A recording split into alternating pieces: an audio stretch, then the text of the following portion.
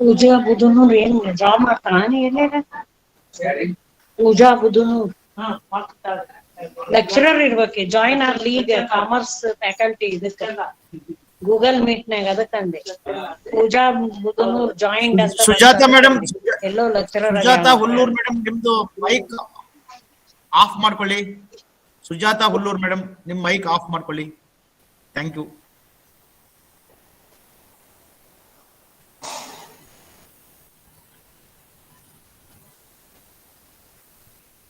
Renuka Meti madam start ಮಾಡೋಣ್ರಿ sir. ಹಾ start ಮಾಡಿ ಮೇಡಮ್. 1 ಸೆಕೆಂಡ್ ಮೇಡಮ್ ಇದಾರ? ಮೇಡಮ್ ಇದಾರ್ರಿ, ಅನಿತಾ ಮೇಡಮ್ ಅವರು. ಹಾ 1 ನಿಮಿಷ ಚೆಕ್ ಮಾಡಿ. Anita madam, professor Anita madam. Sir ನಮಸ್ತೆ. ಇದೀನಿ ಮೇಡಮ್ ಸ್ಟಾರ್ಟ್ ಮಾಡಿ start madam madam is ready. ಶುರು ಮಾಡಿ. ಸರ್ ಬಂದಿದ್ದಾರೆ. Okay, start. ಎಲ್ಲರಿಗೂ ನಮಸ್ಕಾರ. ಕರ್ನಾಟಕ ರಾಜ್ಯ ಅಕ್ಕಮಹಾದೇವಿ ಮಹಿಳಾ ವಿಶ್ವವಿದ್ಯಾಲಯ ವಿಜಯಪುರ IQAC ಮತ್ತು CDC ವಿಭಾಗದಿಂದ ಹಮ್ಮಿಕೊಂಡಿರುವಂತಹ online FDP for UG teachers on teaching pedagogies and NEP 2020 ಇಂದು ಕೊನೆಯ ದಿನ ಆಗಿರುತ್ತೆ. 16ರಿಂದ 19 ತನ ಈ ಕಾರ್ಯಕ್ರಮವನ್ನು ನಾವು ವಿಶ್ವವಿದ್ಯಾಲಯದ ಪರವಾಗಿ ಹಮ್ಮಿಕೊಂಡಿದ್ವಿ. ಇವತ್ತಿನ ಈ ಸಭೆಗೆ ಎಲ್ಲರನ್ನೂ ಸ್ವಾಗತ ಮಾಡಬೇಕು ಅಂತ ಹೇಳಿ ಪ್ರೊಫೆಸರ್ ತಡ್ಸದ್, ಡೈರೆಕ್ಟರ್ IQAC ಇವರನ್ನು ಕೋರಿಕೊಳ್ಳುತ್ತೇನೆ. Professor Tadasad sir.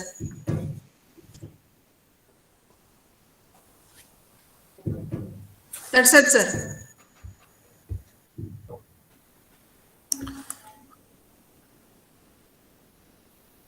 ಎಲ್ರಿಗೂ ನಮಸ್ಕಾರ.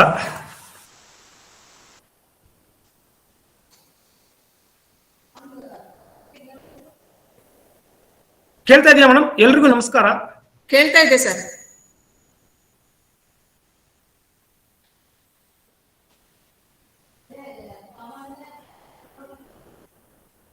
ಸರ್ ಕೇಳ್ತಾ ಇಲ್ಲ.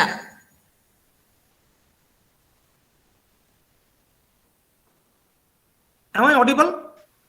No sir. Now it is audible. ನೀವು ಮಾತಾಡುವಾಗ ಕೇಳ್ತಾ ಇಲ್ಲ.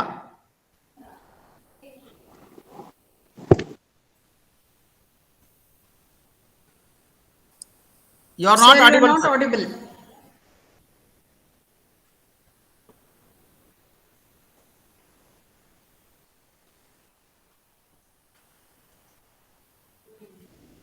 ರೇಣುಕಾ ಮೇಟಿ ಮೇಡಮ್. ಹಾ ಸರ್. ಸರ್ ಕೇಳ್ತಾ ಇದೆಯಾ? ಹಾ. ಎಲ್ರಿಗೂ ನಮಸ್ಕಾರ. ಈ ನಮ್ಮ FDP ಪ್ರೋಗ್ರಾಮಿನ ಕೊನೆಯ ಒಂದು ವರ್ಕ್ಶಾಪ್ ಅನ್ನು ನಾವು ಇವತ್ತು ಇಲ್ಲಿ ನೆರವೇರಿಸಲಿಕ್ಕೆ ಎಲ್ಲರೂ ಸೇರಿದ್ದೀವಿ. ಇಂತಹ ಸಂದರ್ಭದಲ್ಲಿ ವಾಣಿಜ್ಯ ಶಾಸ್ತ್ರ ಮತ್ತು ನಿರ್ವಹಣಾ ಶಾಸ್ತ್ರ ವಿಭಾಗದ ಶಿಕ್ಷಕರುಗಳಿಗೆ ಬೋಧನಾ ಕಲಿಕೆಯ ಕುರಿತಂತೆ ಕಾರ್ಯಾಗಾರವನ್ನು ಕಂಡಕ್ಟ್ ಮಾಡಲಿಕ್ಕೆ ನಮ್ಮ ಜೊತೆ ಇವತ್ತು ಪ್ರೊಫೆಸರ್ ಅನಿತಾ HS, ಕುಲಸಚಿವರು ಮೌಲ್ಯಮಾಪನ, ದಾವಣಗೆರೆ ವಿಶ್ವವಿದ್ಯಾಲಯ ಇವರಿದ್ದಾರೆ. ವಿಶ್ವವಿದ್ಯಾಲಯದ ಪರವಾಗಿ ಶ್ರೀಮತಿ ಅನಿತಾ HS ಇವರಿಗೆ ಸ್ವಾಗತವನ್ನ ಕೋರ್ತೇನೆ. ಸ್ವಾಗತ ಮೇಡಮ್. ನಮಸ್ತೆ ಸರ್. ನಮಸ್ತೆ, ಥ್ಯಾಂಕ್ ಯು. ಅದೇ ರೀತಿ ಈ ಸಭೆಯಲ್ಲಿ ಡೀನರು ವಾಣಿಜ್ಯ ನಿಕಾಯ, BOS ಚೇರ್ಮನ್ ವಾಣಿಜ್ಯ ಹಾಗೂ ನಿರ್ವಹಣಾ ಶಾಸ್ತ್ರ ವಿಭಾಗಗಳು, ಅಂತೆಯೇ ನಿರ್ದೇಶಕರು CDC, NEP FDPಯ ಕೋಆರ್ಡಿನೇಟರ್ ಆಗಿರ್ತಕ್ಕಂಥ ಪ್ರೊಫೆಸರ್ ಓಂಕಾರ ಕಾಕಡೆಯವರು, ಉಪನಿರ್ದೇಶಕರು IQAC ಆಗಿರುವ ಡಾಕ್ಟರ್ ರೇಣುಕಾ ಬುಜುರ್ಕೆ ಅವರು, ಅವರ ಜೊತೆಗೆ ನಮ್ಮ ಸಂಲಗ್ನ ಮಹಾವಿದ್ಯಾಲಯಗಳ ವಾಣಿಜ್ಯ ಶಾಸ್ತ್ರ ಮತ್ತು ನಿರ್ವಹಣಾ ಶಾಸ್ತ್ರವನ್ನು ಬೋಧಿಸ್ತಕ್ಕಂಥ ಎಲ್ಲ ಶಿಕ್ಷಕರು ಮತ್ತು ಕಾಲೇಜುಗಳ ಪ್ರಾಂಶುಪಾಲರು ಕೂಡ ಹಾಜರಿದ್ದಾರೆ. ಅವರೆಲ್ಲರಿಗೂ ಕೂಡ ನಾನು ಸ್ವಾಗತವನ್ನು ಕೋರ್ತಾ ಇದರ ಈ ವೆಬಿನಾರ್ ಅನ್ನು ಕಂಡಕ್ಟ್ ಮಾಡಲಿಕ್ಕೆ ನಮಗೆ ಸಹಾಯವನ್ನ ನೀಡ್ತಾ ಇರತಕ್ಕಂಥ ICT ಕೋಶದ ನಿರ್ದೇಶಕರು ಮತ್ತು ಆ ಎಲ್ಲ ಸಿಬ್ಬಂದಿಗೂ ಕೂಡ ಸ್ವಾಗತವನ್ನ ಕೋರ್ತೇನೆ. Thank you. ಧನ್ಯವಾದಗಳು ಸರ್. ಪ್ರೊಫೆಸರ್ ತರ್ಸದ್ ಸರ್ ಅವರಿಗೆ ಧನ್ಯವಾದಗಳು. ಈಗ ಪ್ರೊಫೆಸರ್ ಮೇಡಮ್ ಅನಿತಾ HS ಅವರ ಕಿರು ಪರಿಚಯವನ್ನ ನಮ್ಮ ಅಸಿಸ್ಟೆಂಟ್ ಪ್ರೊಫೆಸರ್ ಆದ ಡಾಕ್ಟರ್ ಚಂದ್ರು ಮಠಪತಿ ಅವರಿಗೆ ಮಾಡಲು ಕೋರಿಕೊಳ್ಳುತ್ತೇನೆ. ಪ್ರೊಫೆಸರ್ ಚಂದ್ರು ಮಠಪತಿ ಅವರು. Thank you, Renuka madam. First and foremost, very good morning to all. It's a privilege to introduce such an immense personality to all. Professor Anita HS madam is presently serving as a registry evaluation at Davangere University, Davangere. Madam has also served as a finance officer. Madam was a founder director of IQAC, former dean in the Davangere University, Davangere. Coming to the academic qualification of the madam has completed her MCom and PhD from Mysore University, Mysore. Her area of specialization includes marketing, operations research, entrepreneurship development, to name a few. Madam has a vast teaching experience of around 3 decades and 2 decades of administrative experience, which includes chairperson, BOE, BOS, to affiliation committees, Department of Management, and various other boards. Madam has also actively involved in various academic associations. Like Madam has acted as a member of various BOAs of various universities. Madam has also adjudicated around 54 PhDs and 24 MPhils so far. Madam has also served as a board of examiners in commerce for conducting KSAT in Karnataka. Madam has also adjudicated DLIT thesis on strategic shift skilling of adolescents, which has been submitted to Rani Chennamma University. Madam has also a coordinator and a member of NAC peer committee. Madam has also served as a member of UGC advisory committee, visited 2 colleges for the inspection of financial issues. Madam has successfully guided 13 PhDs so far, 25 MPhils, and presently 6 scholars are pursuing their PhD under the Madam's guidance. Coming to the research project, Madam has completed 1 minor and 2 major research projects. Madam has successfully published 18 books, 18 book reviews, 32 papers in international and 79 in national level journals. Madam has presented 12 papers in the international and 29 papers in the national level conferences. Madam has been also awarded as a Sandhana Puraskara for the academic excellence by the Coimbatore University during the year May 2008. Madam has also been conferred with the Karnataka Women Excellence Award in the year 2021 in the category of education. This is a very brief review about Anita Madam. I once again welcome you, ma'am. Thank you, sir. Thank you, Matpati sir. Madam, we are really privileged to have you with a lot of experience and tremendous knowledge in the field of commerce and management. Now, I request you to deliver a lecture with respect to commerce and management pedagogies, madam. Please, madam. Okay. Thank you very much, madam. And thank you, Professor Chandru, for glorifying my CV. We are teachers, we have to do, without which our existence is not there. So nothing more than that. Thank you. Thank you, ma'am. Good morning to all of you. Actually, this is a rare occasion where we are meeting online.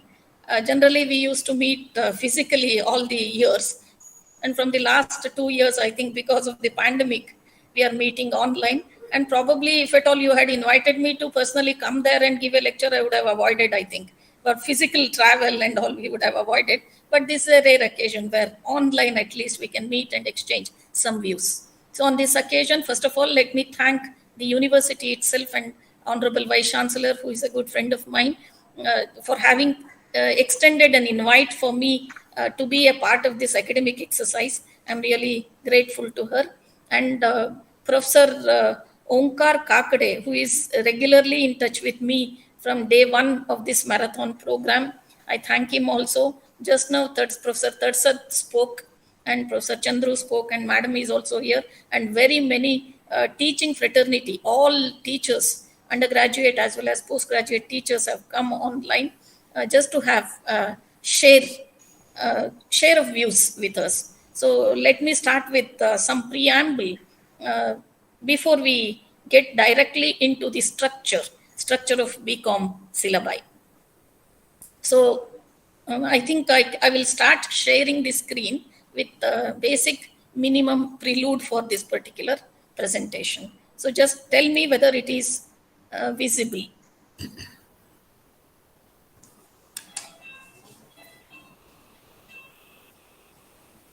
Presentation. Now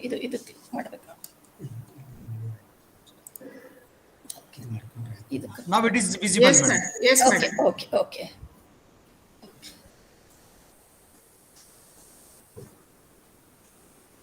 So the title is National Education Policy instead of using New Education Policy, because now the newness has gone. Already it was 2020 and we are into 22 now. So now no newness is left. It's already adopted national education policy. So I'm looking at the implications of this on higher education. So let me drag your attention towards the basic development of education system itself in our country. You're all well aware that during 5th century itself, Nalanda University had come into force.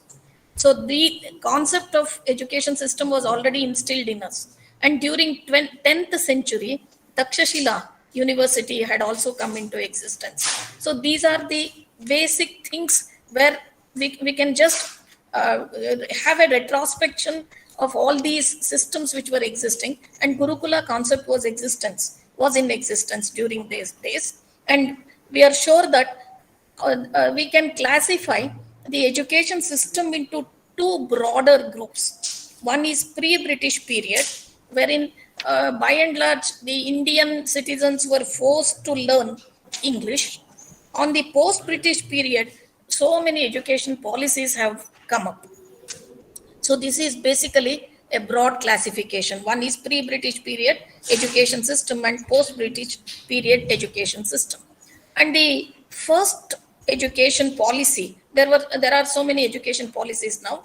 The first education policy which came into existence and which was promulgated during 1968, the government of India, the then Honorable Prime Minister Srimati Indira Gandhi promulgated the first ever education policy during 1968. And it was the commission which was established, 17-member commission, Kothari Commission, which was established during that period, and it was headed by D.S. Kothari, as you are all well aware of. So this commission worked on D.S. Kothari, you are all aware of, is basically a scientist and more known as an educationist. He was represented, he used to represent University of Allahabad. So he came forward to chair that commission, and he worked upon very rigorously to develop the education policy, the first ever education policy, which was promulgated during 1968. The basic aim of that education policy was to bring a radical restructuring and providing equal educational opportunities for national integration. So the country was out of the clutches of British people. That was the period. So that's why national integration was the phrase which was upheld by the citizens. So under the banner of national integration, they wanted to provide equal educational opportunities for everybody. So with that aim, this educational policy was promulgated. The second policy came into existence during 1986. You are all well aware the gap between the first policy and the second policy is 18 years. So after the first promulgation, the second policy which was promulgated was during 1986 under the stewardship of the then Prime Minister Shri Rajiv Gandhi ji. So the government of India took a decision to bring a rampant change in the educational policy which was existing since the first policy came into existence. The chairman of that particular committee was Acharya Ramamurthy. He was a social activist, educationist, and he represented University of Lucknow. And he came forward to bring radical changes in the policy with the basic aim of the policy was to give special emphasis on removal of disparities and to equalize educational opportunities, especially for Indian women, scheduled tribes, and scheduled caste communities. So those were the years where some of the people who were deprived of education, they should have been brought to the mainstream. So with that aim to bring a radical restructuring and to provide opportunities to all these who were deprived of education, they thought that this policy is very essential, and it came into existence during 1986. And you're all well aware. So under the stewardship of right now the Prime Minister, Honorable Prime Minister Shri Narendra Modi ji, the third education policy, NEP 2020, has come up. It has been promulgated and it has been adopted by the governments also, almost all the governments. So Government of India took the initiative to bring this NEP 2020. So Padma Vibhushana K. Kasturi Rangan was the chairman of this particular drafting committee, and he was former chairman of ISRO also, you're all well aware. And with the aim, the very main aim of NEP 2020, as is rightly been put by our Honorable President, Shri Ramanath Kovind ji, he rightly points out the very aim of this particular policy, that is to reorient the education system towards meeting the needs of 21st century by achieving the twin objectives of inclusion and excellence. Inclusion, which was earlier existing, excellence is providing quality education to the needy, and to increase the GER, gross enrollment ratio, which is existing to the tune of 26.3% towards achievement of 50% by 2035. So by 2035, the GER should increase to 50%. That's the aim of the new education policy, which indirectly says that inclusion will definitely increase the percentage of GER.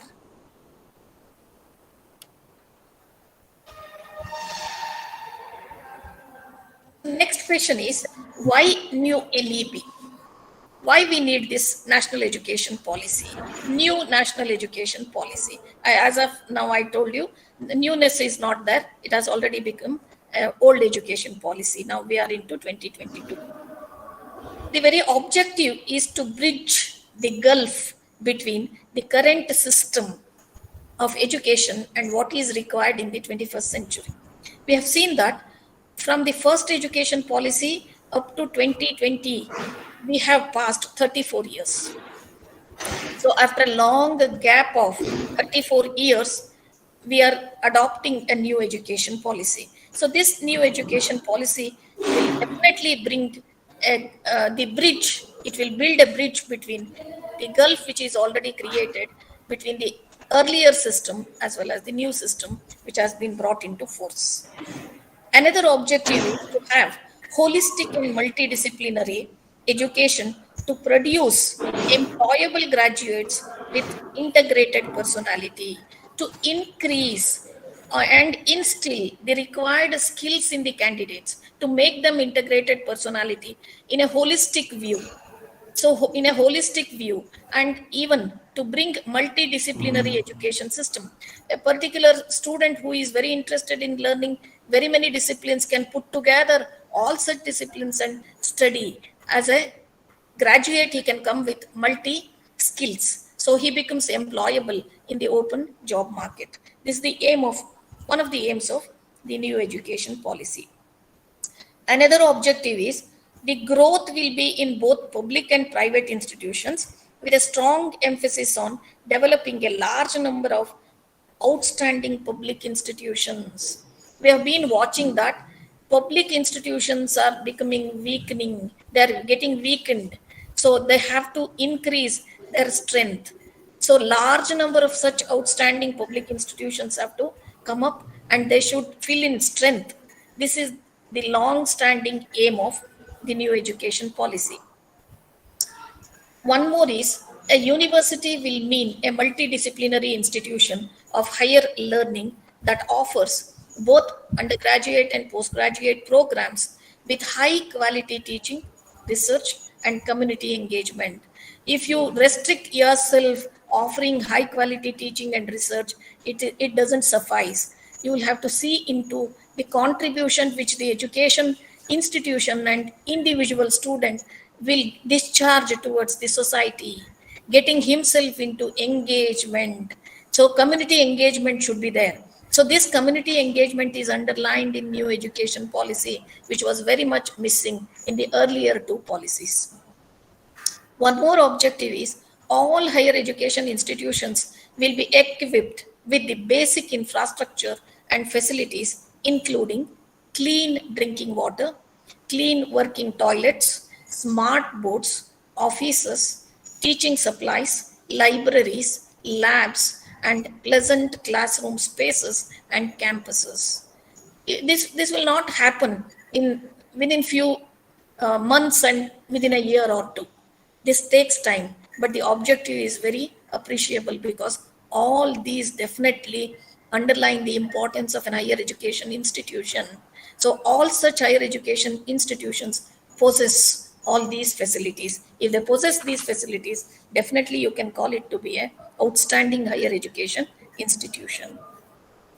One more is every classroom shall have access to latest educational technology and enables better learning experiences. Hands-on experience should be given to the pupils or the students, candidates. It's not just restricting themselves into four walls of a classroom, bringing them with the technological help, bringing them outside also, exposing them to society also needs to be done. And this is only possible with the technological involvement and technological advancement which we adopt.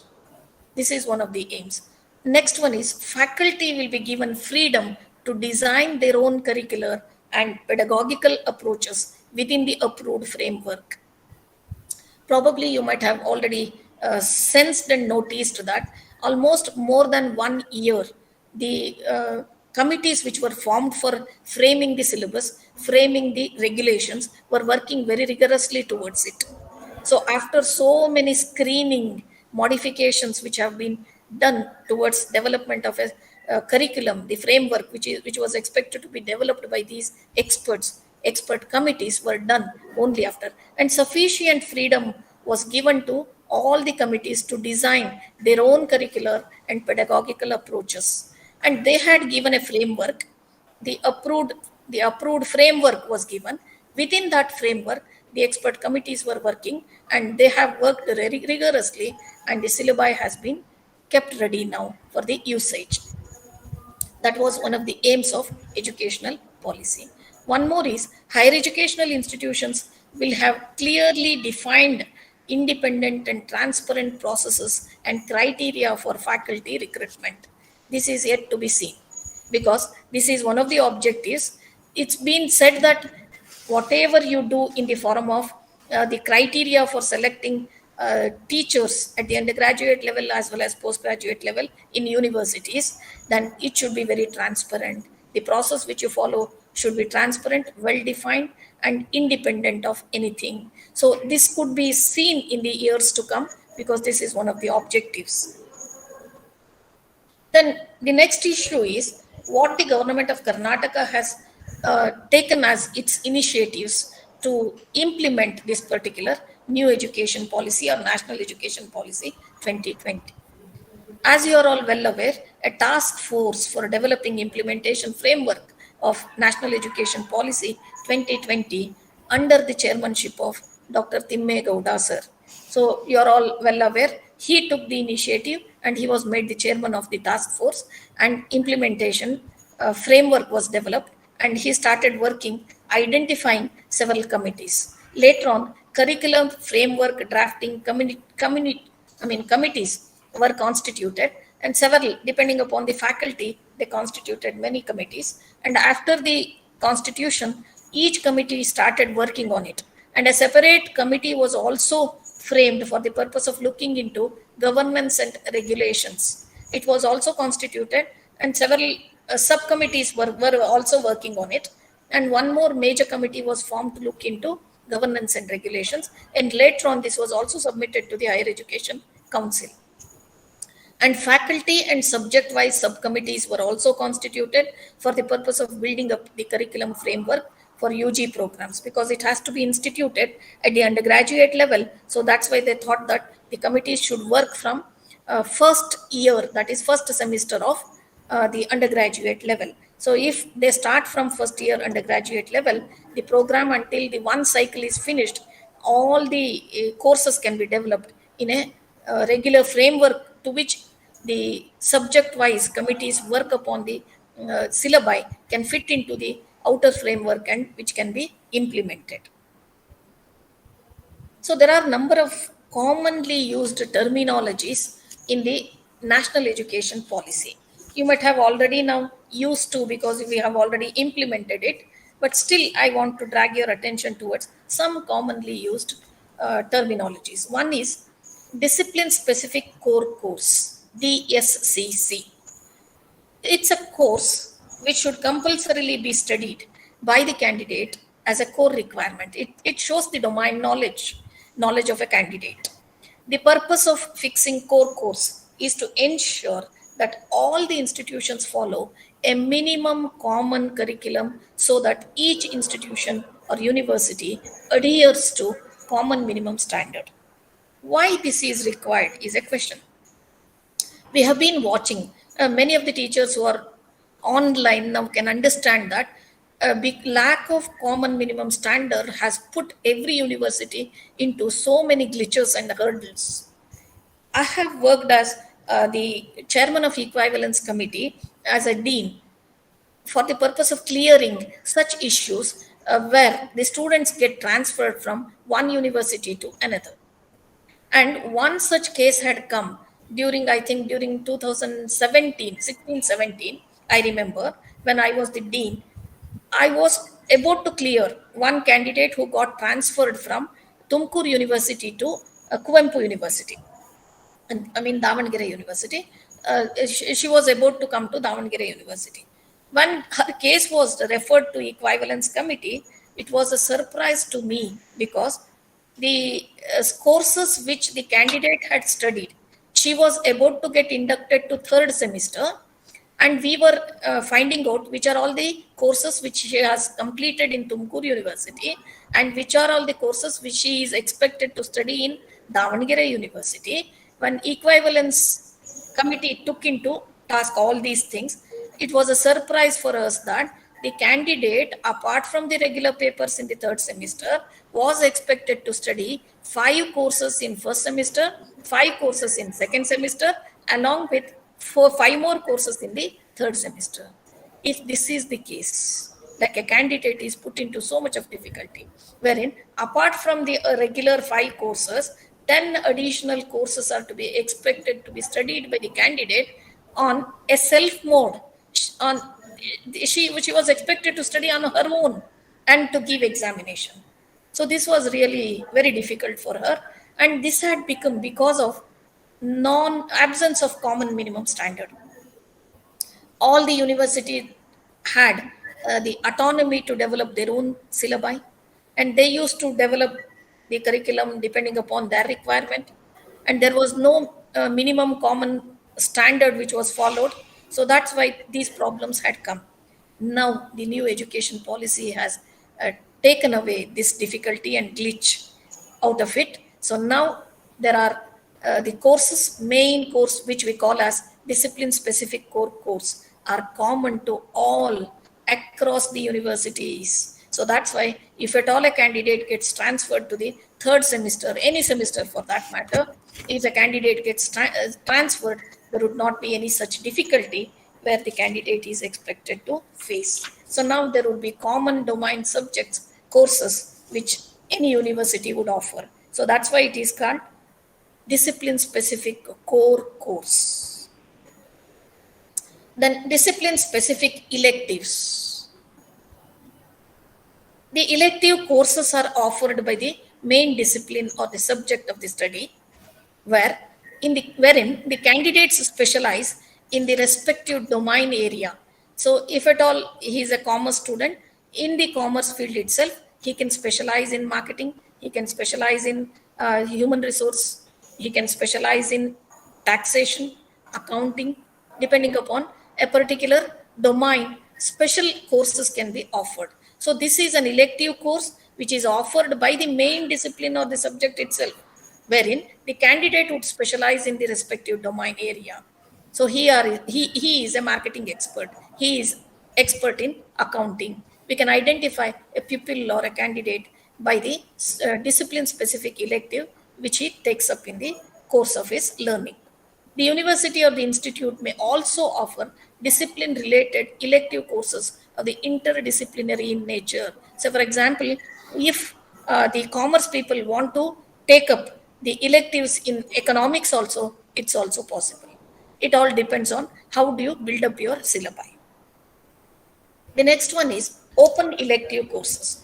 And this probably among the think tank, that is academic think tank, much of the discussion went through upon this particular open elective courses, because there was no clarity about open elective courses with many teachers, and many of them who called me also asked about this open elective courses. By definition, open elective is open to other discipline pupils or candidates. This open elective course is a non-core elective course chosen generally from an unrelated discipline with an intention to seek exposure. Open elective course is offered to other discipline candidates across the faculty. So, for example, a BCom student wants to study biochemistry, cancer biology. He should be given because it's unrelated, but he wants to learn something additional course which he doesn't have an idea about, but he is expected to study that because he is having that willingness. I want to study. So, for example, a BCom student, a lady student who is well versed in Bharatanatyam, wants to learn performing arts of a visual arts college, so she can take up. So it's open. If it is offered to other discipline students, any student or a candidate can come and take up that particular course offered by. So we are also offering certain courses to other department students. So for example, microbiology student can come and study our discipline, that is our accounting for everyone is one such open elective which we have kept, and basic accounting things will be taught to them. Any student of other discipline can come and take up that particular open elective course. Madam, sorry to interrupt you. Can you just share your slides, madam, please? I am sharing are you not watching it? No, madam, it's not coming. It's not showing. I'll just find out. I thought it is coming, so that's why. Yes, madam. Can you just do it slideshow, madam? Yeah, I Please had see. done it actually. Now, are you not? Yes, madam, able to see, but please make it slideshow, madam. Yeah, now I have made it slideshow. Are you not in a position to watch it? Yes, madam. Share agide, idu slide show agbeku. Yes, already is on the screen, madam. Yeah, it's on the screen. If I make it a slideshow, it is visible. Yeah, visible, madam. Okay.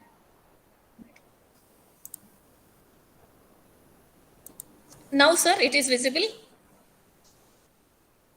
Hello. Hi, yes, madam. Now it is visible, madam. Hi, it is visible, madam. Okay. So now another type of course is ability enhancement compulsory course. These courses are based upon content that leads to knowledge enhancement. That is maybe in the form of Constitution of India, environmental science, English or modern Indian language communication. These are the courses which are offered, which will enhance the inherent ability of a candidate. This has been made mandatory. Irrespective of the program which is offered, these are the mandatory courses which are to be offered by the various disciplines. Another one is skill enhancement courses, SEC. These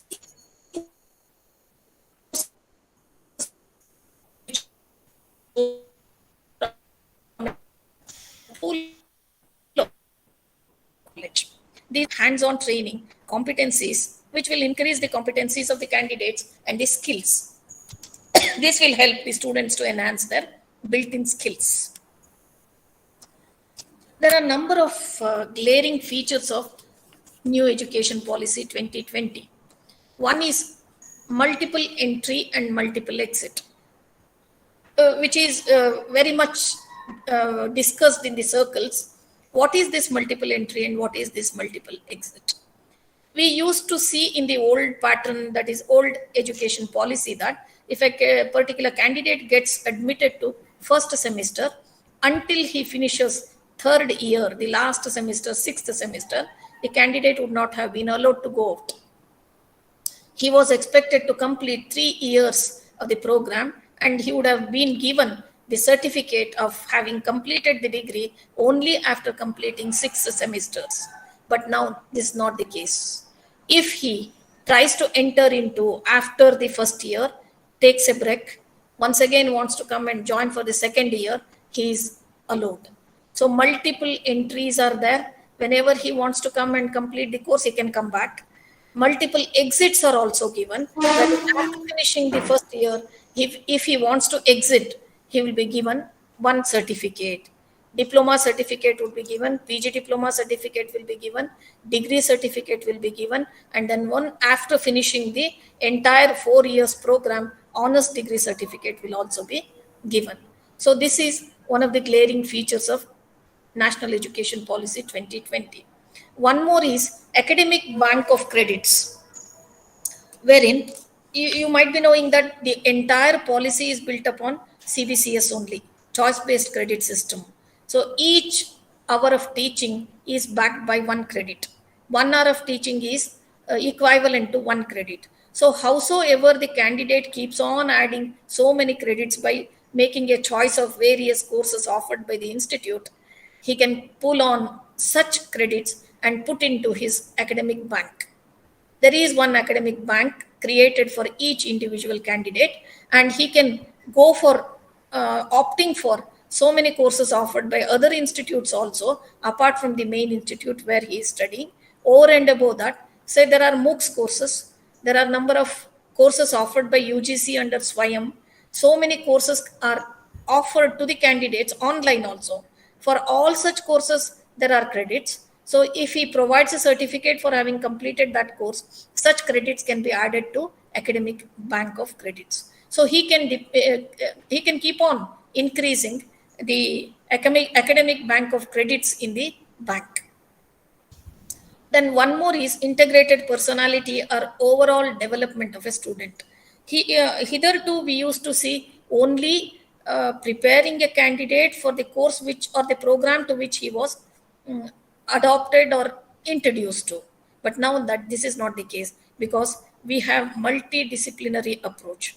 He has every right to choose a particular course offered by other institutes, other disciplines across. So that's why he is now, if at all he takes up such courses and builds up his own profile, then he becomes an integrated personality, and it looks into the overall development of a student, because skill-based courses are there, value-based courses are there. So the employability of a candidate gets improved. So there are, as I told you, skill-based courses will definitely increase the employability. Value-based courses will add on value to the existing structure. So value addition will be there for a candidate. So ethically, he will be bound, more of self-respect because of the Gurukul system, which is in operation. So the basic learning will start from the very Gurukul system itself. So that's why he has got every right to groom himself to be an integrated personality, and that counts for overall development of a student. So these are the glaring features of National Education Policy.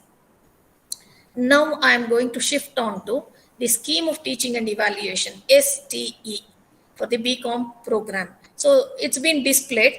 So I'll give you 2 minutes. Just have a look into the structure and I'll come back to you. Madam, kindly please, again, the slides are not moving, madam. Slides can't tell.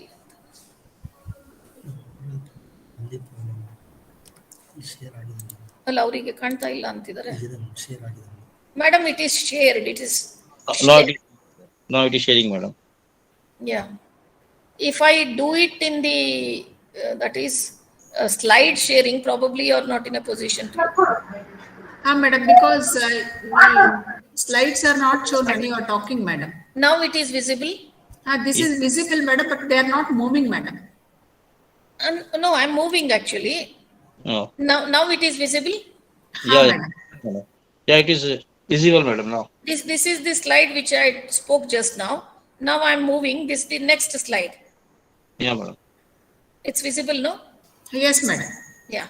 You just go through it once, have a look into this particular scheme. This is Scheme of Teaching and Evaluation, which was submitted to Higher Education Council. This was drafted based on the committee which worked upon for a year long to develop all these courses and come to a conclusion that this could be offered to BCom under the BCom program. Just have a look into it.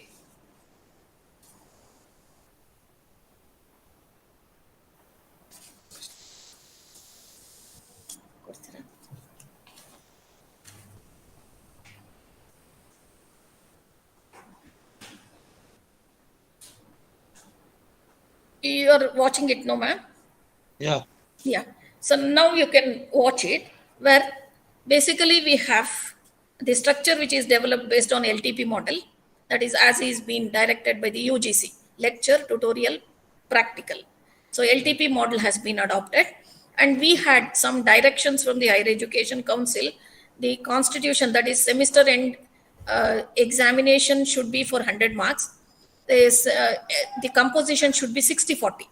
Earlier we had 70-30. Now they have changed it to 60-40. Semester end examination will be for 60 and continuous internal evaluation will be for 40. So now we have structured it in such a manner that apart from languages, that is language 1 and 2, we don't have any say on the languages because there was a language board which worked upon it, and it was under scanner also, you are all well aware of, and now they have come to a conclusion. So now speaking from the viewpoint of BCom program itself, that is BCom 1.1, we have kept financial accounting. This is a discipline specific core course. So this adds to the domain knowledge of the candidate, which is compulsory. All DSCs are compulsory. So this will be common. This adds to the minimum common standard, which is to be maintained in all the universities. So there are 3 DSCs, that is discipline specific core courses. One is financial accounting, one is management principles and applications, the other one is principles of marketing. So these are the 3 discipline specific courses, core courses which are offered. Apart from that, the Higher Education Council had made it mandatory for adopting digital fluency as one of the skill enhancement course, that is skill based course.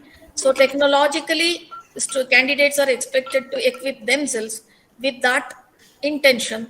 The Education Council had actually insisted that this should be a mandatory paper for all the programs, and you are all aware now it has already been adopted by all the universities. So digital fluency is one of the courses that comes under skill enhancement course. The 1.5 is there are 2 options. One is within the faculty and across the faculty. Within the faculty, if at all an open elective is to be kept, it should be offered to BBA students or BBM students. BCom people are offering these courses to the sister department, that is BBA or BBM. If BBM wants to offer within the faculty, they have to offer it to only BCom students. So if it is across the faculty, very many such students of different programs can come and learn our subject. That is, we had kept within the faculty business organization. Across the faculty, we had kept it accounting for everyone and financial literacy.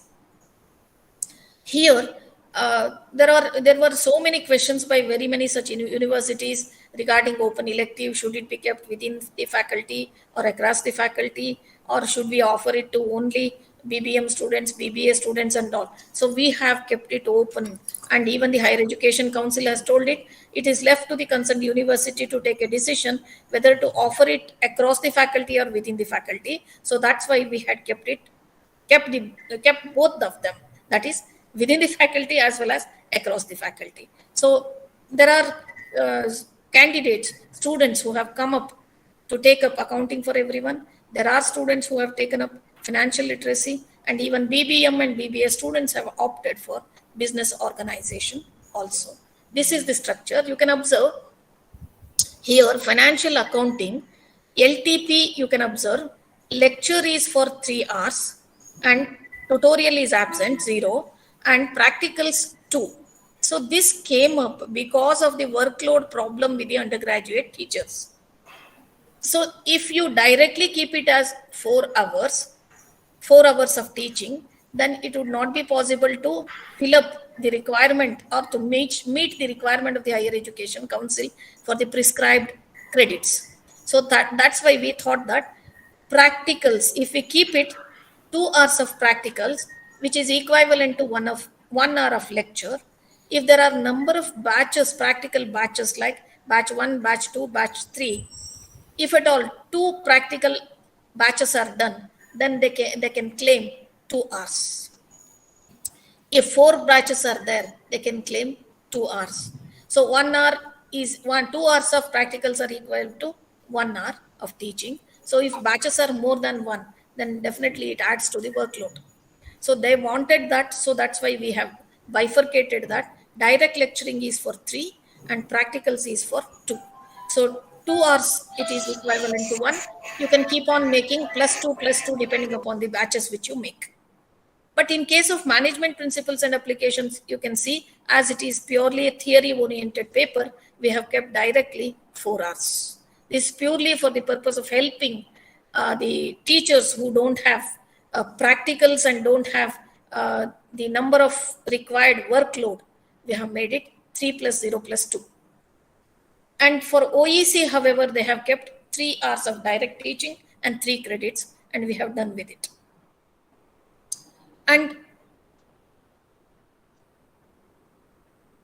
so this is for the first semester. Then for the second are there any questions with regard to the first semester structure?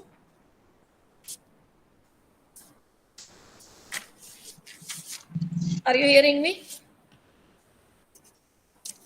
Are you hearing me? Yeah, madam. Yeah. Anything to be asked with regard to the first structure, first semester? Yes, madam. Good afternoon, ma'am. Yes. Are you able to hear to me, ma'am? Yeah, sure.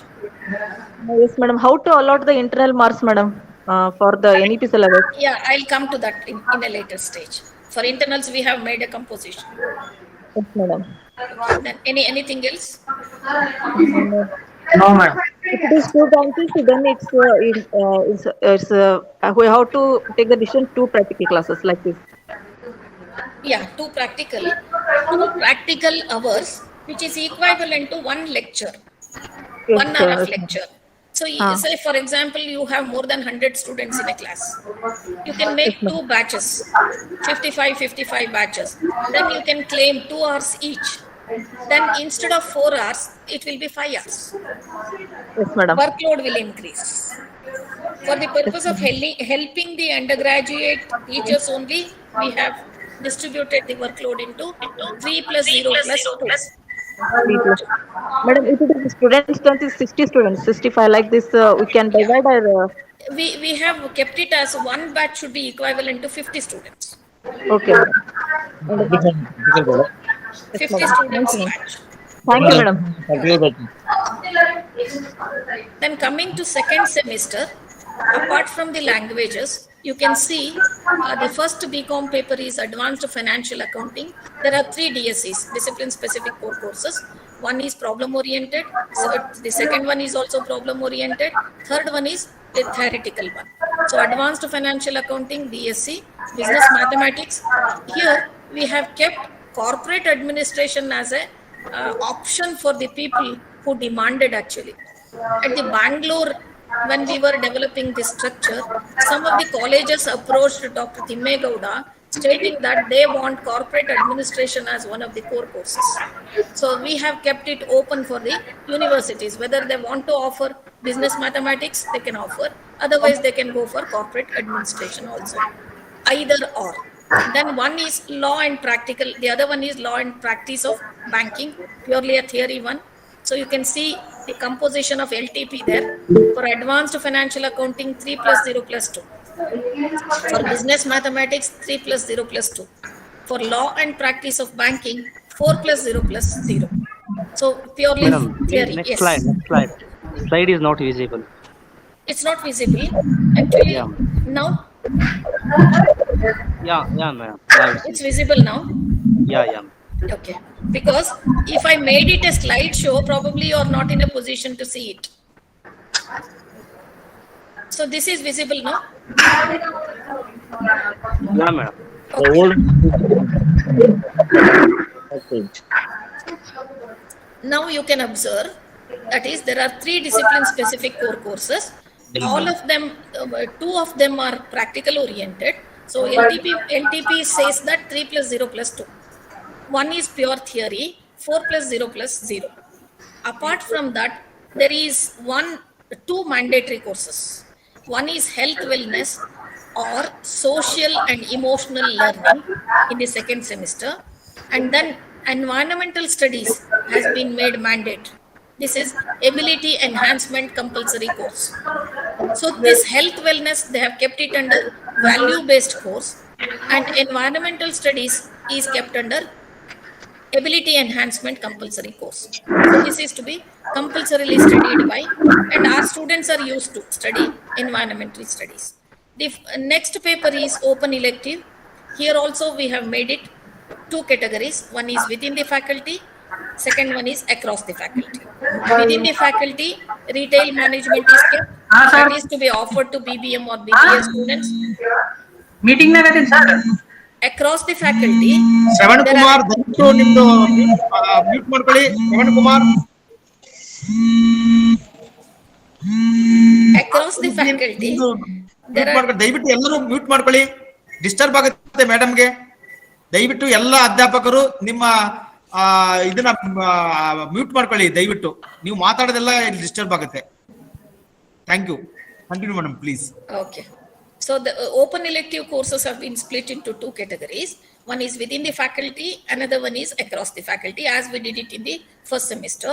Here, retail management is offered to BBM or BBA students, and across the faculty, which is open to all other discipline students, we have kept it 2 papers, 2 courses. One is financial environment, the other one is investing in stock markets. So keeping in mind these, that is within and across the faculty, we have kept such courses which are suitable to them. Then you can observe the LTP pattern here also. So for environmental studies, we have only two lecture hours and 2 credits. And for health, wellness, as well as social and emotional learning, only 1 direct teaching hours and 2 practical hours, and it is equivalent to 2 credits. So in all, we have distributed the total teaching hours into lecture, tutorial, and practical. And you can observe that in commerce, we have not kept any hours for tutorial because of the pure reason that the collegiate education and the JDs will not accept the tutorial hours as teaching hours. So we have distributed it into lecture and practicals. Coming to third semester,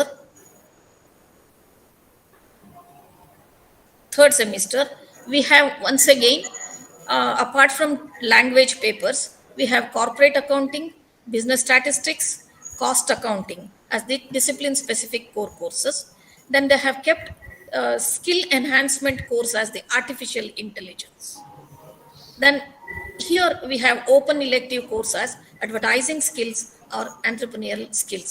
So actually we have submitted only the first 2 semesters course structure to the Higher Education Council, thinking that we will work upon the 3rd, 4th, 5th and the next subsequent semesters in the near future, because we have tentatively kept as advertising skills and entrepreneurial skills. We may work upon it and probably get the approval and nod from the Higher Education Council in the next few months to come.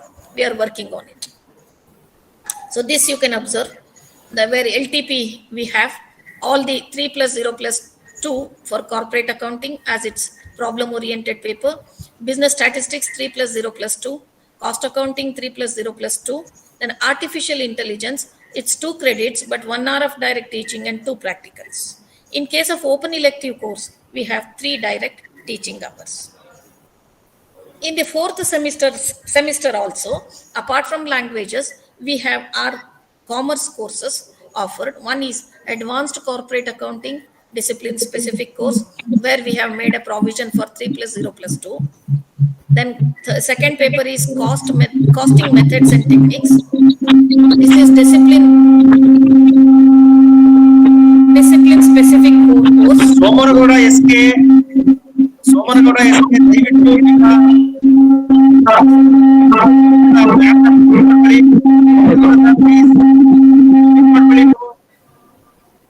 Okay, the second course is costing methods and techniques, which is also a problem oriented paper. We have kept the LTP as 3 plus 0 plus 2. So totally 4 credits. Business regulatory framework, it's also DSC, discipline specific course, but a theory oriented paper. So that's why we have kept it 4 direct teaching lecture hours. And Constitution of India is made mandatory for all the courses, all the programs across. So that's why it's ability enhancement compulsory course, which is kept for all the programs. One more compulsory paper course, which is kept by the Higher Education Council in the name of sports, NCC, NSS, and any other activity other than the specified can be kept under this banner, where skill enhancement, there will be skill enhancement. So value-based course should be offered at this stage. So that's why they have kept it open for us. And the open elective course, which gets ended up in the 4th semester, we have kept business ethics and corporate governance as the open elective course for other disciplinary candidates. Here you can observe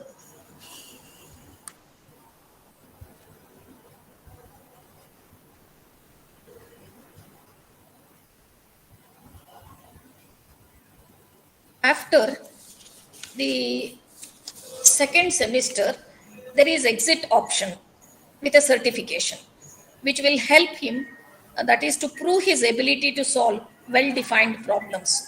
He will be given after, if he wants to exit after 1 year, he can go out with a certification. So he need not have to bother that I have completed only 1 year and I don't have any certificate at all. He can exit and he will be given a certificate. Then after finishing the 4th semester, he can exit, and exit option is offered. Here he will be given a diploma certificate, and here he will have the ability to solve broadly defined problems. So he will be given a certificate of diploma. Then in case of 6th semester also, he can have an exit option wherein he will be offered with bachelor degree, and here his ability is to solve complex problems that are ill-structured, requiring multidisciplinary skills to solve them. How would multidisciplinary skills will get instilled in him? By offering such courses which are offered across the faculty. So it is possible because he will be opting for such courses which are offered by other disciplines also. You can observe in the 5th semester, we don't have languages now. We don't have any pressure of other mandatory papers. We have only our subject, that is domain subject courses. One is 5.1 financial management, that is a discipline specific core course. Then we have 5.2 income tax law and practice 1 discipline specific course. Then 5.3 auditing and assurance. 5.4 one course from the elective groups. We have specified. Sorry, madam. The slide is not appearing on the. Pardon? The explaining slide is not appearing. 5th one.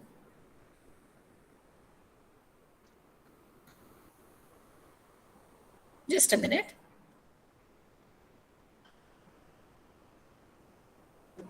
This one. Sir, namaste. Yeah, madam. Online lecture ನಡೀತಿದೆ sir. This is the 5th semester. 5th semester contents structure. So first one is financial management, second one is income tax law and practice 1, and third one is auditing and assurance. All the 3 are discipline specific core courses. One can be chosen as the 4th paper, that is 5.4, one course from selected elective groups. There are number of elective groups which we have specified. I'll show it in the later slides. And from all such courses, he can pick one course from a selected elective group. So if he tries to pick a particular course from accounting, he has to specialize in accounting all through. That is until he finishes his honors degree. So if he chooses HR, human resources, he will have to continue to do that until he finishes. So he has right to pick up any particular course out of all the selected elective groups. one course is offered. Then we have 5.6 GST law and practice. This is made mandatory as occasional course by the Higher Education Council, but paper or the course which we can fit in is left to us. So we have kept it as GST law and practice, because hands-on experience and training could be given to the students by sending them to the field. So that's why we have kept it as GST law and practice. Then 5.7 is a skill enhancement course, which is value-based. That is being offered by Higher Education Council as cyber security or ethics and self-awareness. So this is once again a mandatory paper. The earlier one is occasional paper, which is left to us to keep, and we have kept it as GST. And rest of the papers courses are under our banner only, that is commerce banner, financial management, income tax law and practice, auditing and assurance. Apart from 3 DSCs, 1 discipline specific elective course, 1 vocational course, 1 skill enhancement course, which is value based. Here also you can observe, for all the problem oriented papers, we have distributed the LTP into 3+0+2, and for pure theory we have kept it as 4+0+0. If you go to 6th semester, it's visible now, 6th semester. Yeah, madam. Discipline specific core courses are only 2 in number here. One is management accounting, the other one is income tax law and practice. This is been purely made because of giving more option to the students to choose the elective groups. They have to specialize in a particular field. So that's why, to offer more options to the students, we have kept discipline specific elective 2, 3, 4. There are 3 options for them. They can choose any one particular course from the selected elective group. So here we have made it, that is credits are only 3. So direct teaching should also be 3. We have kept it as tutorial. If at all they want any additional help or hands-on training, 1 hour can be kept. If it is acceptable by the collegiate education and JD, then you can go ahead. Otherwise, if you leave it also, there is no botheration, because the credits are restricted to only 3. And we have kept direct teaching as 3 hours only. So apart from that, we have 6.6 as the basic spreadsheet modeling or report on study of startups and innovative business ideas. This is occasional course is compulsory, mandatory. But what is to be kept under the occasional course is given open. It is kept open to the concerned program developer. So that's why we have had a discussion that the long discussion had come up with the conclusion that basics of spreadsheet modeling would well suit to the students, because if at all they want to immediately after finishing the 6th semester, if they get into the research area, they will be trained up in the spreadsheet modeling, Excel. So even if they don't want to study the spreadsheet modeling, they can even be offered writing reports on study of small startups which have come up, and even they can have the new business ideas also, innovative business ideas also, upon which they can develop a feasibility report. They can prepare reports and submit to the department. This is possible. Or otherwise, they can learn Excel and basics of spreadsheet modeling. Apart from that, we have skill enhancement compulsory course here, that is skill based, that is professional communication. This is also kept open for us, and we have kept it as professional communication. These 2 are left to us, but they have bannered it as occasional course 1 and 2, skill enhancement course 1 and 2. So they are to be compulsorily studied by the students. So coming to the... Madam, what are the 3 courses of elective? Pardon? Yeah, I'll come to that little later. I'll show you all the groups. Okay, madam. Okay, madam. In the 7th semester, 7th and 8th, you are aware of. I'll go to the earlier slide. After finishing the 6th semester, 6th one, one more exit option is given to the students. Yeah. That is here he will be having the ability to solve complex problems that are ill-structured, as I mentioned earlier, because he will have multidisciplinary talent now, skills inbuilt. So that's why he will be able to solve any such ill-structured problems, very complex problems, because he has already gone through 6 semesters. Exit option is given, and he will be offered a bachelor's degree, as it was done in the earlier cases also, after finishing 6 semesters. Coming to 7th semester, this is after 3+1. So first 7th semester, we have 3 discipline-specific core courses. One is international business, the other one is advanced business statistics, third one is advanced financial management. These 3 are, for international business, we have kept it as 4+0+0. Advanced business statistics, problem-oriented, 3+0+2. Advanced financial management, once again, we have kept 3+0+2. So this is LTP model. So here also, one course from the selected group. Here we have one more option.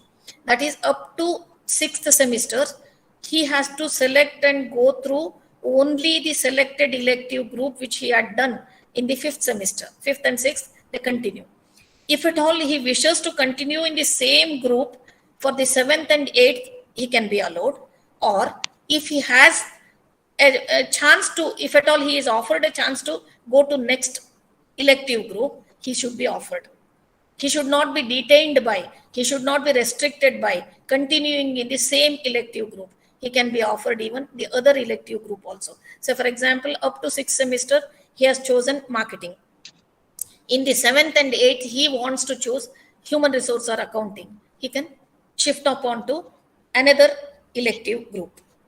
Then one more vocational course is offered, that is vocational 1, 2, 3. Here, third one. So this is enterprise resource planning applications we have kept because we can train up them in this area. Then we have one more course which we have not very specifically stated as skill-based course, because research methodology, we have thought of introducing research methodology course in the 7th semester, because if he finishes the honors degree after finishing the 8th semester, he will get into research, PhD. So that's why research methodology should be given much more importance at this stage, thinking that we have kept research methodology as one of the courses. In the 8th semester, we have 3 discipline-specific courses, that is financial reporting in AS, then strategic financial management. Third one is business analytics or data analysis and decision sciences. These courses are kept keeping in mind that if they get into research, then they should be having basics of research methodology, data analysis, business analytics. These are to be, they have to equip themselves before they get into research area. So that's why we have kept these. One more is, that is occasional course 4. They have kept it, and we have identified managing digital platforms as one of the courses. So much of the brooding and much of the work is left out to strengthen from 3rd semester to 8th semester. We have given a skeleton. We have to work upon it and strengthen the courses also. There are a number of sittings are required for all these works to be done. And one more 8.5 is research projects or internship with Vijayapura, or 2 courses from the selected elective groups. That is, we have made it mandatory that research projects are to be taken up by the students, or they have to go for internship. With Vijayapura, we need to certify them. Or if at all any candidate doesn't want to conduct any research projects or go to internships, they can take up 2 courses from the elective groups which are offered at the 8th semester, and in lieu of project reports, they can study 2 elective papers. So we have kept it in the 8th semester. After finishing this 8th semester, bachelor's degree with honors will be offered to the candidates, and this will give complete experience of workplace problem solving.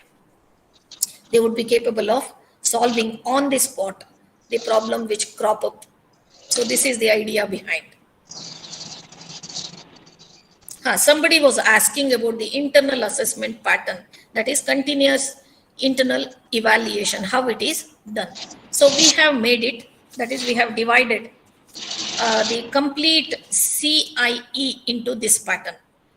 The total internal assessment marks is for 40. So continuous and comprehensive internal evaluation can be done with the help of these components. One is assignment or assignments, which is to be, if it is assignments, if you give 2 assignments to them, it is to be scaled down to 5 marks. Percentage is also 5. Seminar or seminars, depending upon the time available and the either whether you individually make the students to present a seminar or group seminar. So it is to be scaled down to 5 marks.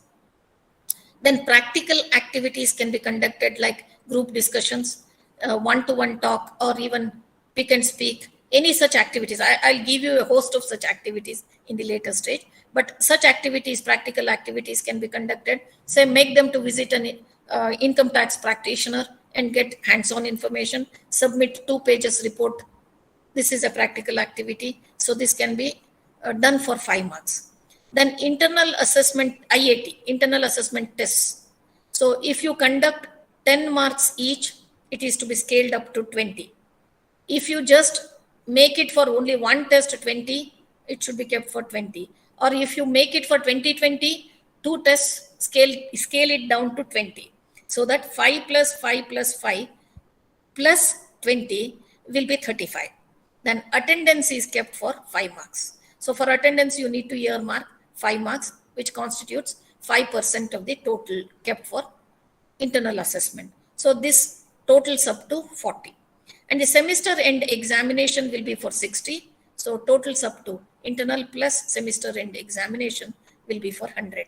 That is total of CIE, continuous internal evaluation, and semester end examination, A and B, will be for 100% and 100 marks. Any questions on this?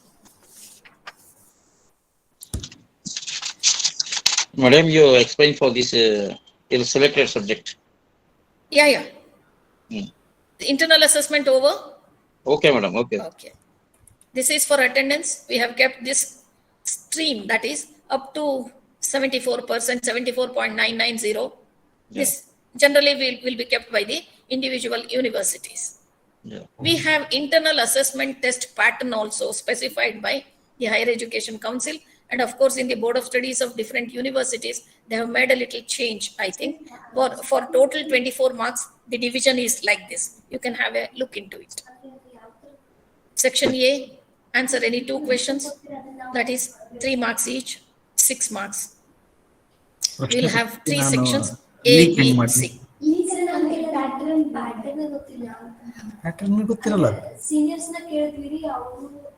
Then we have examination paper also structured for 60 marks. This is with an idea of covering all the modules which are kept in a particular course. So all the modules are to be covered. So we have kept it for 12 marks. And the pattern is module 1 for 1 question 12 marks, or second question is for 12 marks. Are you hearing? Don't discuss with us. Madam, someone is interacting with somebody. That is the listening, madam. Don't disturb, madam. Someone is talking, interacting. ನೀವು ಮುಂದಿನವರಿಗೆ ಹಿಂಗೆ ಹೇಳೋದಿರ್ತದೆ. ಈಗ BBA ಪ್ರೋಗ್ರಾಮಿಗೂ ನಾವು develop ಮಾಡಿದ್ವಿ. Similar fashions ಅಲ್ಲಿ ಇದೆ ಅದು structure. ಏನೋ ಬರುತ್ತೆ ನಂಗೆ ಗೊತ್ತಿಲ್ಲ. You asked to madam why you are discussing each other.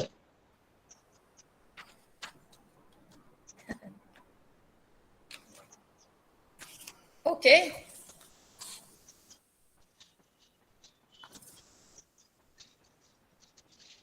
So these are the structure which I wanted to share with.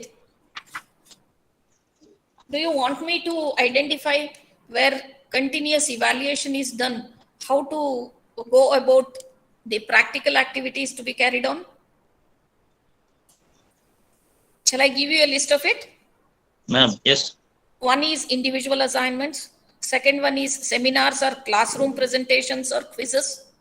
Third one is group discussions or classroom discussions and group assignments. Then fourth one is case studies or caselets. Fifth one is participatory or industry integrated learning or field visits. Sixth one, practical activities like problem solving exercises. Madam, you show that screen also. No, just. it's not in a slide. So that's why it's a very lengthy one. Okay, madam. Okay. Participation in seminars or academic events or symposia. Then you can make them to prepare mini projects or capstone projects or any other practical activity, asking the students to visit a chartered accountant, income tax practitioner, sales tax practitioner. This will help them in coming up with hands-on information, having trained up in the open field.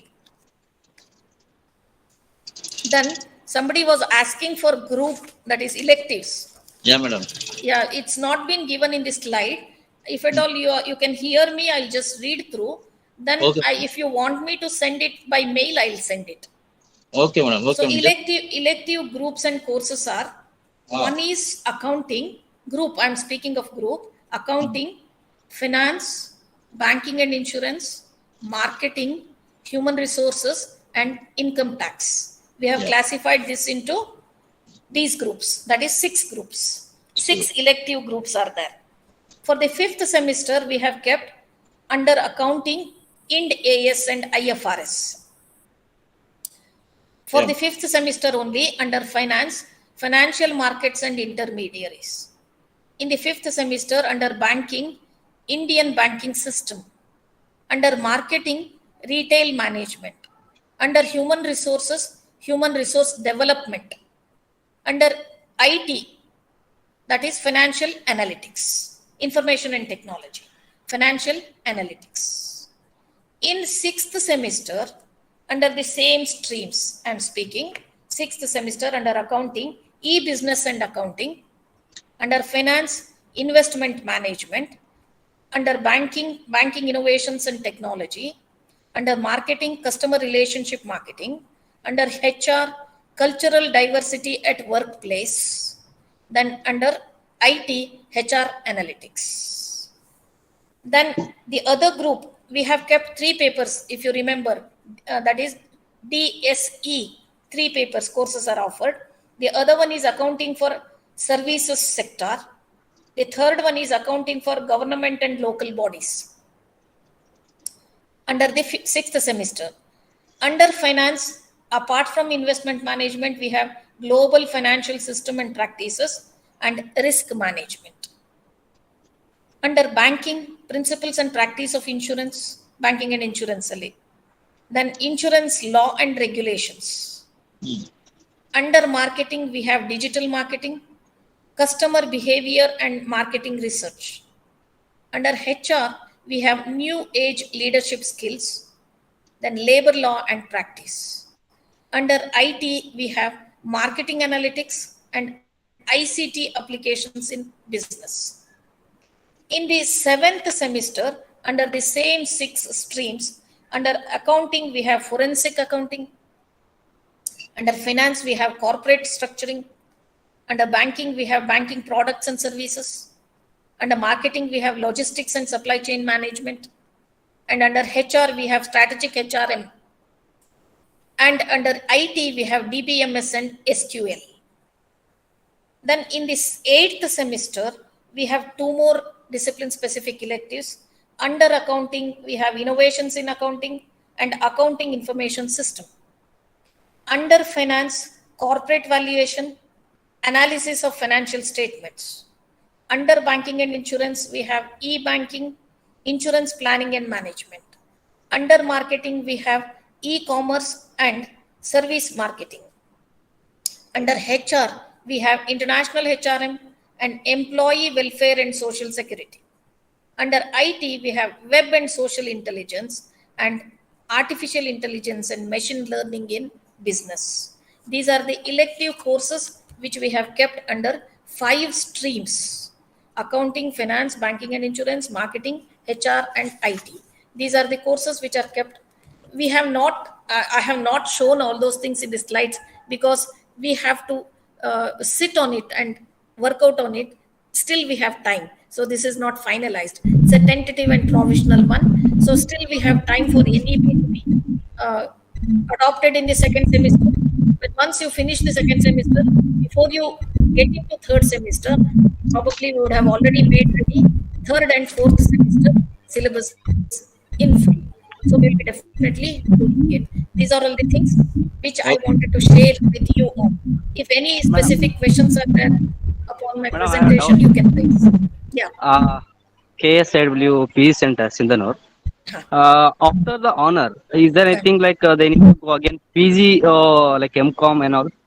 Yeah, there are two options. One is 1 year MCOM course can be completed after honors, and he can directly get into PhD. Okay. If he is after honor, only 1 year of PG they need to study. PG is required. 1 year PG course is required. After that, he can directly get into PhD. Yeah. That's what. It means it will be complete. Thank you, ma'am. Done. Anyone else has any doubts? Please ask, madam. Madam, one more. That the continuation of the stream will be continued for PG also. Elective groups, huh? Elective groups. The continuation. No. We will not keep the same streams, because actually you could have observed I made mention about even after finishing the basic degree after 3 years, if he wants to continue in the same stream, he will be allowed. But if he wants a change to shift over to some other elective, he should be given. So that's why there is no restriction. Same elective need not have to be continued. We'll be keeping different streams under PG programs. Means after this honors, after 3 years or 4 years, the NTP will be adopted in the PGC degree also, madam? Definitely. 1 year PG program will be there. 2 years parallelly PG programs will be there. If at all, say for example, a student wants to exit at the 3rd year only and wants to join 2 years master's program, he can come and join the master's program, 2 years program, and then get into PhD.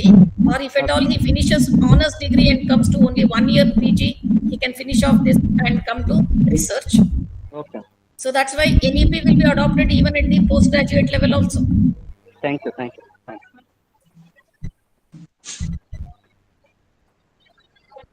Then I hope madam has cleared all the doubts. If there are no doubts, I want to end up with an end note. Okay, madam. Hello Huh. Ma'am ಒಂದ್ doubt ಇದೆ ma'am, last doubt. ಹೇಳಿ. ಇದು internal assessment ನೀವು split up ಹೇಳಿದ್ರಲ್ಲ ma'am, ಇವಾಗ assignment, seminar, practical. ನಮ್ಗೆ ಈಗ university ಇಂತ್ರ ಒಂದು 8th ಜಾನ್ವರಿಗೆ ಒಂದು ನೋಟಿಫಿಕೇಶನ್ ಬಂದಿತ್ತು, ಸರ್ಕ್ಯುಲರ್ ಬಂದಿತ್ತು. ಸೊ ಅದರಲ್ಲಿ ನಮ್ಗೆ ಅಟೆಂಡೆನ್ಸ್ ರಿಲೇಟೆಡ್ ಯಾವುದೇ ರೀತಿ ಮಾರ್ಕ್ಸ್ ಅಲಾಟ್ಮೆಂಟ್ ಇರ್ಲಿಲ್ಲ. ತೊಂದ್ರೆ ಇಲ್ಲ. ಈಗ ನಾವು ಅದನ್ನ ಫಾಲೋ ಮಾಡ್ಬೇಕಾ? ಇದು ಇಲ್ಲ, ತೊಂದ್ರೆ ಇಲ್ಲ. ಇದನ್ನ ನೀವು ಅಡಾಪ್ಟ್ ಮಾಡಬೇಕು ಅಂತ ನಾನು ಇನ್ಸಿಸ್ಟ್ ಮಾಡ್ತಿಲ್ಲ. This is a frame which we had given to higher education council. Higher education council ಅವರು ಏನ್ ಮಾಡಿದ್ರು ಗೊತ್ತಾ? Concern university. Yes madam, sorry for the interruption. ಈಗ ನಾವು ಸದ್ಯದಲ್ಲೇ ನೆಕ್ಸ್ಟ್ ವೀಕ್ ಅಲ್ಲೇನೆ ಈ ಇಶ್ಯೂ ಏನೀಗ ಅಶ್ವಿನಿ ಪಾಟೀಲ್ ಅವರು ಕೇಳಿದ್ದಾರೆ, ಆ ಇಶ್ಯೂ ಕುರಿತಾಗಿ ನಮ್ಮ ರಿಜಿಸ್ಟ್ರಾರ್ ಇವ್ಯಾಲ್ಯೂಯೇಷನ್ ಮತ್ತೆ ನಮ್ಮ BOS ಚೇರ್ಮನ್ಸ್ ಮತ್ತೆ ಡೀನ್ಸ್, ಆಯಾ ಫ್ಯಾಕಲ್ಟಿ ಡೀನ್ಸ್ ಒಂದು ಮೀಟಿಂಗ್ ಅನ್ನ, ವರ್ಕ್ಶಾಪ್ ಅನ್ನ ಮಾಡೋರಿದ್ದಾರೆ. ಅದರಲ್ಲೇ ಬಹುಶಃ ಈ ಎಲ್ಲ ಕ್ಲಾರಿಫಿಕೇಶನ್ ಕೊಡ್ತಾರೆ ಅವರು. ಹೌದು. ಏನಕ್ಕೆ ಅಂದ್ರೆ ಹೈಯರ್ ಎಜುಕೇಶನ್ ಕೌನ್ಸಿಲ್ ಕೂಡ ಹೇಳ್ತು, ಆಯಾ ಯೂನಿವರ್ಸಿಟಿಯ ಬೋರ್ಡ್ ಆಫ್ ಸ್ಟಡೀಸ್ ಈ ಡಿಸಿಷನ್ ತಗೊಳ್ಬಹುದು. ಈಗ ಅಟೆಂಡೆನ್ಸ್ ಮ್ಯಾಂಡೇಟರಿ ಮಾಡ್ಬೇಕು ಅಂತ ಇಲ್ಲ ಅಂದ್ರೆ ನೀವು ತೆಗಿಬಹುದು.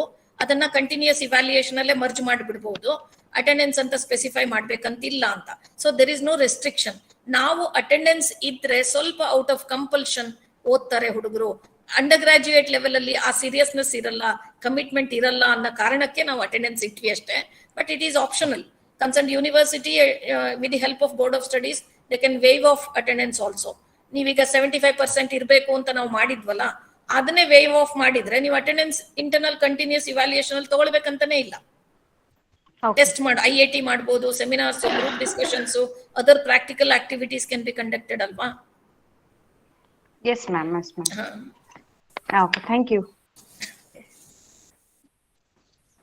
So if it's over, end note ನಂದು ಒಂದು ಮೆಸೇಜ್ ಇದು. ಈ ಎಂಡ್ ನೋಟ್ ಅನ್ನ ಯೂನಿವರ್ಸಿಟಿ ಆಫ್ ಸೌತ್ ಆಫ್ರಿಕಾದಲ್ಲಿ ಎಂಟ್ರೆನ್ಸ್ ಗೇಟ್ ಅಲ್ಲಿ ಅವರು ಇದನ್ನ ಬರ್ದಿದಾರಂತೆ, ಅಂದ್ರೆ ಡಿಸ್ಪ್ಲೇ ಮಾಡಿದ್ದಾರೆ. ಅದನ್ನ ಓದ್ತೀನಿ ನೋಡಿ. Destroying any nation does not require the use of atomic bombs or use of missiles. It only requires lowering the quality of education and allowing cheating in the examination by students. Patients die at the hands of such doctors. Buildings collapse at the hands of such engineers. Money is lost at the hands of such economists and accountants. Humanity dies at the hands of such religious scholars. Justice is lost at the hands of such judges. Hence, collapse of education is collapse of nation. So thank you. Thank you for having me with you all to share my views on this new educational policy. I extend once again my heartfelt thanks to the university and all the organizers who have involved and all the teachers who patiently heard me all through. Thank you very much. Thank you, madam. Thank you, madam. Thank you for wonderful end note which you have said. Thank you just so now. much, madam. Your talk was very illustrative and informative and exhaustive, madam, and elaborative. And you cleared the doubts then and there. That was very beautiful of it. Because at the end, we may miss one or two slides. So then and there, in between the slides, you made it very clear. It was very beautiful, madam. Thank you very much. Now I formally request our faculty development coordinator, Professor Onkar Gowda Kakade sir, to propose vote of thanks. I have already shared these PPTs with Professor Onkar Kakade sir. So you can have, you can share also others who are requiring that particular thing. They can share them. Yes, ma'am. Sure, ma'am. Sure. Thank you madam. Thank you, sir. ಎಲ್ಲರಿಗೂ ನಮಸ್ಕಾರ. ಕಳೆದ 5 ದಿನಗಳಿಂದ ನಾವು ಈ FDP ಕಾರ್ಯಾಗಾರವನ್ನ ಹಮ್ಮಿಕೊಂಡು ಬಂದಿದ್ವಿ. ಇವತ್ತು ಕೊನೆಯ ದಿವಸ ಇತ್ತು.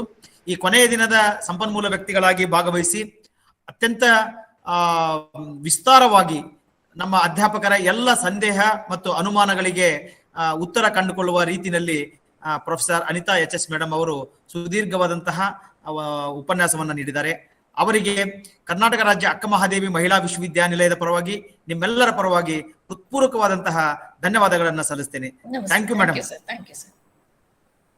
ಅದೇ ರೀತಿ ಈ ಕಾರ್ಯಕ್ರಮವನ್ನ ಹಮ್ಮಿಕೊಳ್ಳಲಿಕ್ಕೆ ಕಾರ್ಯಕರ್ತರಾಗಿರ್ತಕ್ಕಂತಹ ನಮ್ಮ IQAC ಡೈರೆಕ್ಟರ್ ಆಗಿರ್ತಕ್ಕಂತಹ ಪ್ರೊಫೆಸರ್ PG ತಡಸದವರಿಗೆ, ನಮ್ಮ ಕಾಮರ್ಸ್ ಅಂಡ್ ಮ್ಯಾನೇಜ್ಮೆಂಟ್ ನ ಡೀನ್ ಆಗಿರ್ತಕ್ಕಂತಹ ಪ್ರೊಫೆಸರ್ SD ಕಾಮಶೆಟ್ಟಿ ಸರ್ ಅವರಿಗೆ, ನಮ್ಮ CDC ಡೈರೆಕ್ಟರ್ ಆಗಿರ್ತಕ್ಕಂತಹ GG ರಜಪೂತ್ ಅವರಿಗೆ, ಹಾಗೂ ಇವತ್ತಿನ ಸಂಪನ್ಮೂಲ ವ್ಯಕ್ತಿಗಳನ್ನ ಪರಿಚಯ ಮಾಡಿಕೊಟ್ಟಂತಹ ಡಾಕ್ಟರ್ ಚಂದ್ರು ಮಠಪತಿ ಅವರಿಗೆ, ಇವತ್ತಿನ ಕಾರ್ಯಕ್ರಮವನ್ನ ಮಾಡರೇಟ್ ಮಾಡಿದಂತಹ ಡಾಕ್ಟರ್ ರೇಣುಕಾ ಮೇಟಿ ಮೇಡಮ್ ಅವ್ರನ್ನ, ಹಾಗೂ ಈ ವೆಬಿನಾರ್ ನಲ್ಲಿ ಭಾಗವಹಿಸಿದ ಎಲ್ಲ ಕಾಲೇಜುಗಳ ಪ್ರಾಚಾರ್ಯರನ್ನ ಮತ್ತು ಅಧ್ಯಾಪಕ ಬಂಧುಗಳಿಗೆ ಹೃತ್ಪೂರ್ವಕವಾದಂತಹ ಧನ್ಯವಾದಗಳನ್ನು ಸಲ್ಲಿಸಿ ಈ ಕಾರ್ಯಕ್ರಮ ಯಶಸ್ವಿಗೊಳಿಸಿದ್ದಕ್ಕೆ ಮತ್ತೊಮ್ಮೆ ತಮ್ಮೆಲ್ಲರಿಗೂ ಅಭಿನಂದನೆ ಮತ್ತು ಧನ್ಯವಾದಗಳನ್ನ ಸಲ್ಲಿಸ್ತೇನೆ. Thank you. Thank you, sir. Anita madam, thank you very much for your time spare. ಬಹಳ ಕಷ್ಟ ಇತ್ತು ಅಂತ ಅನ್ಕೊಂಡಿದ್ದೆ ನಾನು. ಸ್ವಲ್ಪ ನಿಮ್ದು ಯಾವಾಗ ಬಂದ್ಬಿಡುತ್ತೆ ಅಂತ. Thank you very much madam. Thank you sir. Thank you welcome.